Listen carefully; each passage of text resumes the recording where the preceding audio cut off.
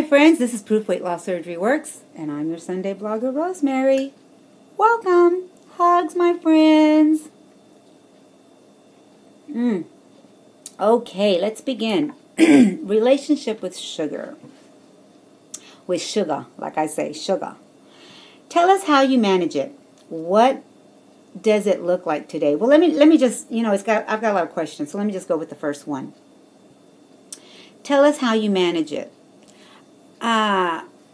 At the beginning, guys, I was not as educated as you guys all get educated, and I didn't know what a dumping episode was. I realized I was having a dumping episode the first time I had pudding.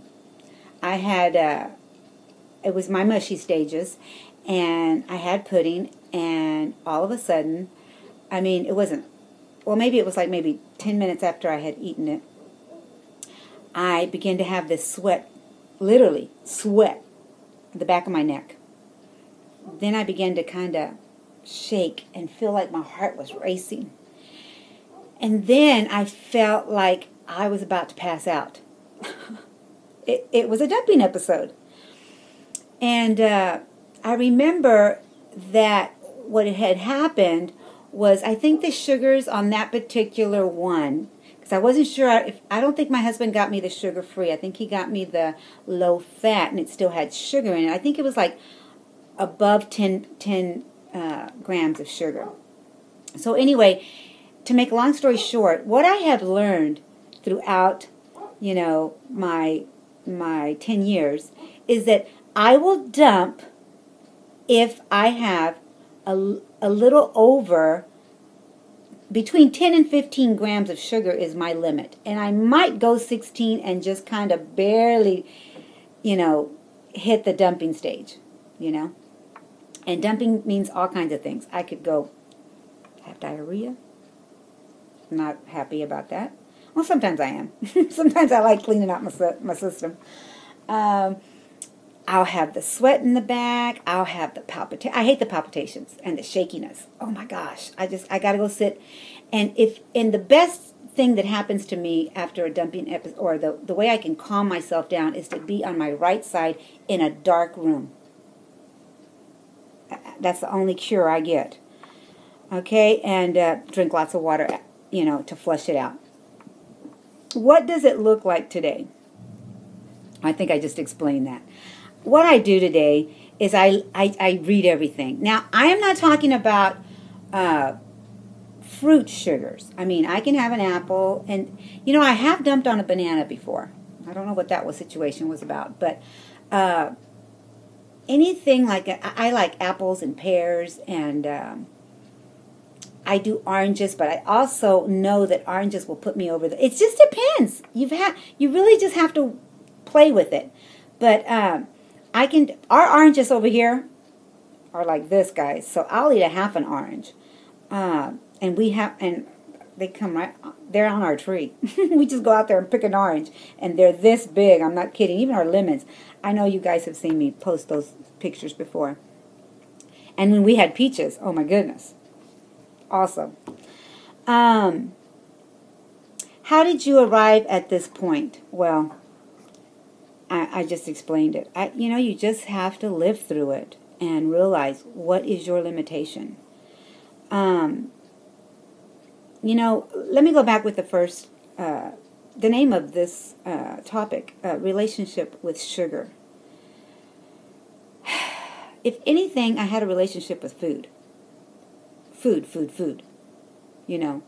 Gorged myself on food. Not so much sweet stuff. I'm a twin. I know you guys know that. And she is more into the chocolate versions of things, and I'm more in the vanilla versions of things. Like I like chocolate, but it's not like, got to have a piece of chocolate, I'm just not like that. I remember her choosing something like a Snicker, and I would choose a Zero. You guys remember those Zeros? They were white. White chocolate. Butter. So I've really never had it. In our culture, we are from, the culture of having coffee and something sweet to eat with it. And it's called merendar. You know, in the afternoon, after dinner, you have a little coffee and a little piece of bread, sweet bread. You know, I know you guys know, you've seen Mexican restaurants that have the bread, the Mexican bread, Mexican cookies. That's my refrigerator acting crazy, so sorry, guys. I think it's going out. Oh, I pray it doesn't. Anyway, so, you know, we come from that culture. So I had to learn to really stay away from I can have coffee. And every once in a while, you know, I like, what do you call them? I guess you'd call them gingerbread cookies. In Mexico, we call them puerquitos. They're, you know, I've shown them to you before. They're little piggies, and they're gingerbread. And oh, they're so yummy. And every once in a while, hey, you know, it happens. I know to eat. I divide it because it's about this big. Now, Janie in Dallas, she brought the little ones. I still today cannot find little gingerbreads. You know, they're little piggies, like about this big. And here, they're about this big. And what I do is I divide them into threes. And I know that I'm not going to dump. And, you know, moderation. And you know what? There's a quote that says, moderation, all things in moderation, even moderation. Even moderation. You got to balance things out, guys. You know, we live, you know, now we've done, you know, the research. We know what's good for us. We know that we need to stay away from certain things, but that doesn't mean that we don't, you know, still eat what we used to eat. We just eat a little bit of it and enjoy it. Enjoy every bite of it if you're going to have it. And like I say, get somebody and share a piece of pie if you want a piece of pie. I make, you know, healthy choices here at the house. My husband, I'm sorry, he's just not going to do it, you know.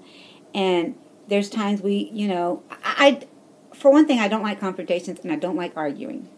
So I try and make things healthier for him, you know. And I choose less this, less that. If the recipe asks for a cup of this, I put a, you know, 1/4 of a cup. Anyway, it all turns out good. I hate making these videos long. How did you arrive at this point? Okay. What was changed about sugar and you since having weight loss surgery? What has changed is that I do moderation. You know, I balance everything out. I want a piggy. I'm going to have me a little piggy, a little bite. I mean, there's nothing wrong with having a little bit. It's when you indulge over and over and over and over and over and over, you know, and it turns into gorging. It turns into gaining weight. It turns into a problem. And if you know it's going to turn into a problem, don't even go there. Don't even bring it in the house. Do your best not to do that. For you. You know, for you. What triggers you? Have you ever felt addicted to sugar? Not really. I've always, you know, it's always been food. Really food. If so, did you beat the addiction? Tell us how. Well, I think I told you how. And, you know, I'm going to end this with a quote. And I picked two. One says, actually, I'm pretty sure chocolate tastes as good as skinny feels. How does it feel to you when you sit there and you do eat, you know, all that sugar? How does sugar make you feel? You know, think about it before you put it in your mouth. Am I going to be okay with this? You know, I tell myself, now, you know, if you eat that whole piggy, you're going to be in a sleep coma. So, you know, I've learned. Cut them in threes, eat a little bit, and you'll be all right, Rosemary. Get rid of everything that doesn't make you happy and give your attention to the things that do. Get rid of everything that doesn't make you happy and give your attention to the things that do. And I know this is probably a quote for something else, but I'm referring to sugar. You know, get rid of everything that is causing you, you know, to dump. And Give yourself the attention that you want with happiness. What makes you happy?